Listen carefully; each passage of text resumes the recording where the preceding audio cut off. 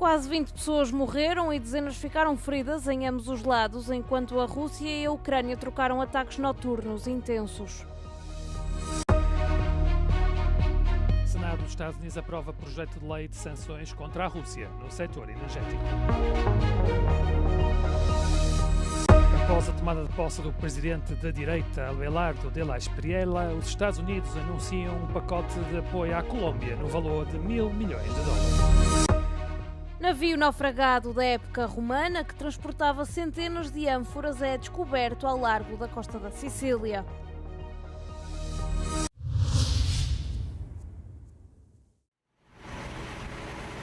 A Rússia e a Ucrânia trocaram ataques durante a noite que causaram vários mortos e feriram cerca de 90 civis em ambos os lados, segundo relataram as autoridades locais.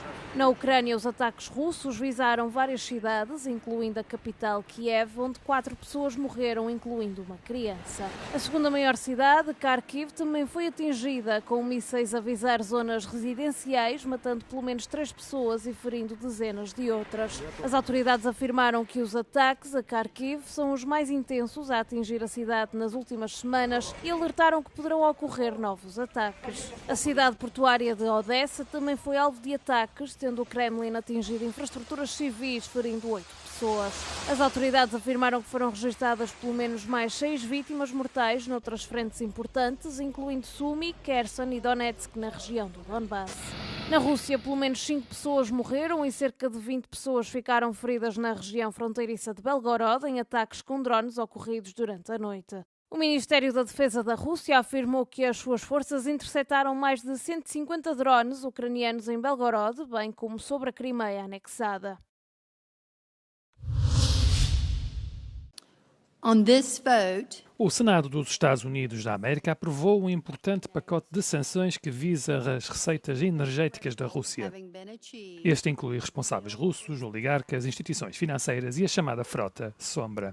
A medida permitirá ao presidente dos Estados Unidos, Donald Trump, aplicar tarifas de até 500% sobre as importações russas, incluindo gás e petróleo. Every barrel of oil that goes unsold, every dollar denied the Kremlin, makes it harder for Russia to finance its reign of terror, which every night Ukrainians endure. Russia has waged war against Ukraine for far too long, and this bill assists President Trump in his noble efforts to bring it to a close. This legislation was deeply important to my brother, Lindsey, and I'm grateful that this bill has achieved such a wide coalition of support. A legislação segue agora para a Câmara dos Representantes, embora a votação só venha a ocorrer no mínimo em setembro. Se for aprovada, o próprio presidente russo Vladimir Putin estará entre os alvos das sanções, a par de outros altos responsáveis russos. A Ucrânia negou ter tido como alvo a Bulgária após a explosão de um drone junto ao estratégico gasoduto transbalcânico perto da fronteira com a Roménia. O Ministério da Defesa da Bulgária afirmou que o tipo de drone era amplamente utilizado pelas Forças Armadas ucranianas. Em resposta, o Ministro dos Negócios Estrangeiros convocou o embaixador da Ucrânia para uma reunião na segunda-feira. Um porta-voz do Ministério dos Negócios Estrangeiros ucraniano afirmou que as Forças Armadas ucranianas estavam a investigar o incidente, mas que não tinham atacado deliberadamente a Bulgária. Не мога да кажа със сигурност за какво безпилотно летателно средство става въпрос, тъй като не само тече разследване, но и все още не е установено. A explosão não causou vítimas, mas o primeiro-ministro búlgaro, Rumen Radev, afirmou que o drone transportava uma quantidade significativa de explosivos. O drone caiu num campo de girassóis a 1 quilómetro da estação de compressão do gasoduto transbalcânico, um centro energético internacional que liga Turquia, Bulgária, Roménia, Moldóvia e Ucrânia. Washington planeia anunciar um pacote de segurança no valor de $1.000 milhões para o governo de direita do novo presidente colombiano Abelardo de la Espriella. Segundo a Casa Branca, o pacote visa ajudar as duas nações a alcançar objetivos comuns.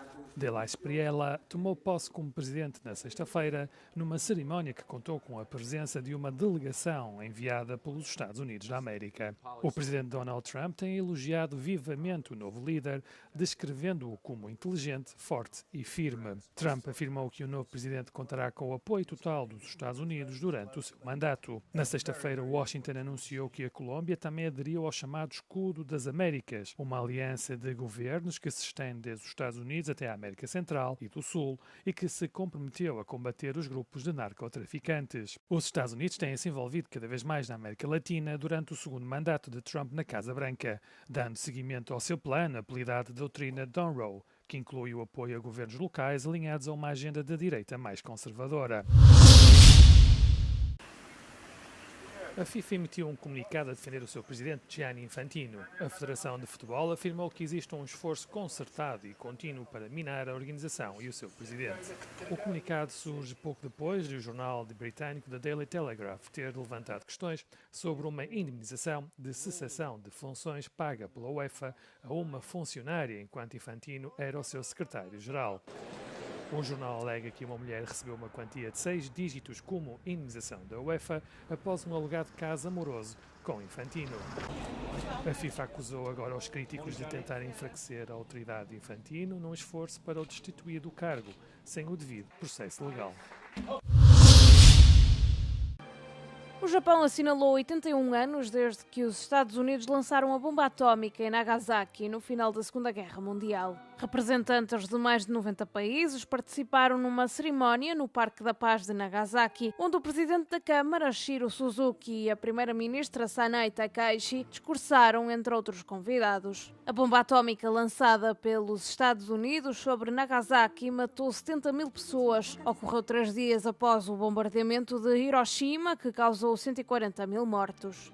我が国は非核三原則を堅持しており、長崎を最後の被爆地にという誓いのもと、唯一の戦争被爆国の使命として核兵器のない世界の実現に向けた芸術的かつ実践的な取り組みを推進しています。